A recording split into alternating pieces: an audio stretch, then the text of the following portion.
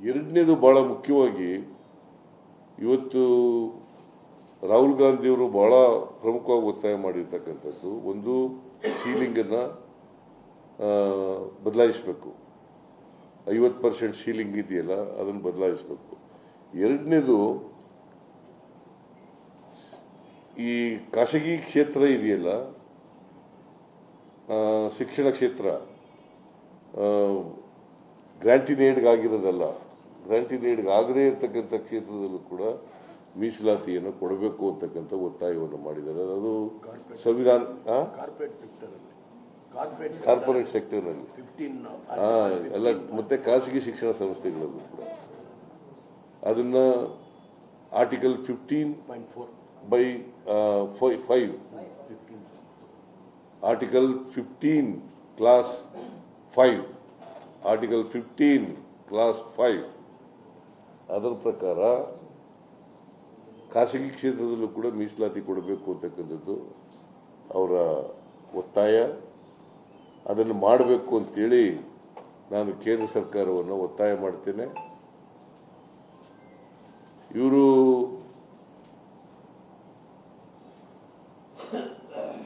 ಕೇವಲ ರಿಸರ್ವೇಷನ್ ಮಾಡ್ತೀವಿ ಅಂತೇಳಿ ಅಷ್ಟು ಹೇಳಿದ್ರೆ ಸಾಕು, ಅಷ್ಟು ತೀರ್ಮಾನ ಮಾಡಿದ್ರೆ ಸಾಕಾಗಲ್ಲ. ಯಾಕಂದರೆ ಇವರು ಇತಿಹಾಸ ನೋಡಿದ್ರೆ ಇವರು ಯಾವತ್ತೂ ಕೂಡ ಸಾಮಾಜಿಕ ನ್ಯಾಯಕ್ಕೆ ವಿರುದ್ಧವಾಗಿರ್ತಕ್ಕಂಥವ್ರು. ಯಾವ್ಯಾವಾಗ ಇಂಥ ಮೀಸಲಾತಿ ಕೊಡುವಾಗ ಆಯೋಗಗಳಾಗಿದ್ದಾವೆ, ಆಯೋಗದ ವರದಿಗಳು ಬಂದಿದ್ದಾವೆ, ಎಲ್ಲ ವರದಿಗಳನ್ನು ಕೂಡ ವಿರೋಧ ಮಾಡಿದ್ದಾರೆ. ಮಂಡಲ್ ಕಮಿಷನ್ ವರದಿ ಇರ್ಬೋದು, ಹೈಯರ್ ಲರ್ನಿಂಗ್ ಇನ್ಸ್ಟಿಟ್ಯೂಷನಲ್ಲಿ ಮೀಸಲಾತಿ ಕೊಡ್ತಕ್ಕಂಥದ್ದು ಇರ್ಬೋದು, ಇಲ್ಲಿ ಆವನೂರು ಆಯೋಗ ಇರ್ಬೋದು, ಮತ್ತು ಆಮೇಲೆ ವೆಂಕಟಸ್ವಾಮಿ ಆಯೋಗ ವರದಿ ಇರ್ಬೋದು, ಆಮೇಲೆ ಚಿನ್ನಪ್ಪ ರೆಡ್ಡಿ ವರದಿ ಆಯೋಗ ಇರ್ಬೋದು, ಎಲ್ಲ ಆಯೋಗಗಳ ವರದಿಗಳನ್ನು ಕೂಡ ವಿರೋಧ ಮಾಡಿದ್ದಾರೆ. ಆಮೇಲೆ 73, 74ನೇ ತಿದ್ದುಪಡಿಗಳನ್ನು ಕೂಡ ವಿರೋಧ ಮಾಡಿದವರು ಇವರೇನೆ.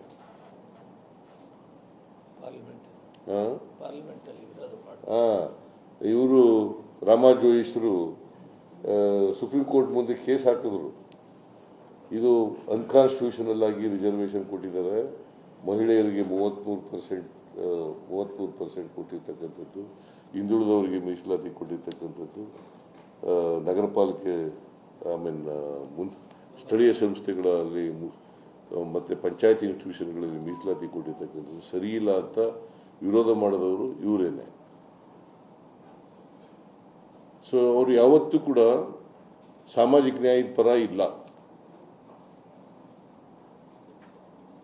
ಇತಿಹಾಸ ನೋಡಿದ್ರೆ ಸಾಮಾಜಿಕ ನ್ಯಾಯದ ಪರ ಇಲ್ಲ. ಅದಕ್ಕೋಸ್ಕರ ನಾನು ಒತ್ತಾಯ ಮಾಡ್ತೇನೆ, ಕೂಡಲೇ ಯಾವ ಡೇಟ್ನಿಂದ ನಾವು ಇದು ಮಾಡ್ತೀವಿ, ಜನಗಣತಿ, ಜಾತಿ ಗಣತಿ ಮತ್ತು ಜಾತಿ ಗಣತಿ ಮಾಡುವಾಗ socio economic and educational survey ಆಗಬೇಕು. ಸರ್ವೆ ಆಗಿ ಅವರಿಗೆ ಕೊಡಬೇಕು. ಈಗ ಯಾಕೆಂದರೆ ಈ 50% ಮೀಸಲಾತಿ ಸೀಲಿಂಗ್ ಏನು ಉಳಿದಿಲ್ಲ. ಈಗ 10% ರಿಸರ್ವೇಷನ್ ಕೊಟ್ಬಿಟ್ಟಿದ್ದಾರೆ. ಎಕನಾಮಿಕಲಿ ವೀಕರ್ ಸೆಕ್ಷನ್ಸ್ಗೆ 10% ರಿಸರ್ವೇಷನ್ ಕೊಟ್ಬಿಟ್ಟಿದ್ದಾರೆ. ಸೊ ರಿಸರ್ವೇಷನ್ನು ಅನೇಕ ರಾಜ್ಯಗಳಲ್ಲಿ, ಈಗ ತಮಿಳುನಾಡಿನಲ್ಲಿ 69% ಇದೆ. ಈ ಸೀಲಿಂಗ್ ಬರೋಕ್ಕೆ ಮುಂಚಿತವಾಗಿ ಮಾಡ್ಕೊಬಿಟ್ಟಿದ್ರು ಅವರು. ಅದು 9th ಶೆಡ್ಯೂಲ್ಗೂ ಕೂಡ ಸೇರಿಸ್ಕೊಬಿಟ್ಟಿದ್ರು. 69%. ಜಾರ್ಖಂಡ್ನಲ್ಲಿ ಇನ್ನೂ ಜಾಸ್ತಿ ಇದೆ. ಎಷ್ಟು ಪರ್ಸೆಂಟ್ ಇರೋದು ಜಾರ್ಖಂಡ್ನಲ್ಲಿ? 80%?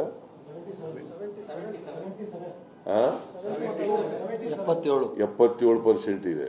ಅಂದರೆ ಅನೇಕ ರಾಜ್ಯಗಳಲ್ಲಿ ಈಗಾಗಲೇ 50% ಮೀರಿ ಹೊಟ್ಟೋಗಿದ್ದಾರೆ. ಕೇಂದ್ರ ಸರ್ಕಾರನೂ ಕೂಡ 10% ರಿಸರ್ವೇಷನ್ ಕೊಟ್ಟುಬಿಟ್ಟಿದೆ.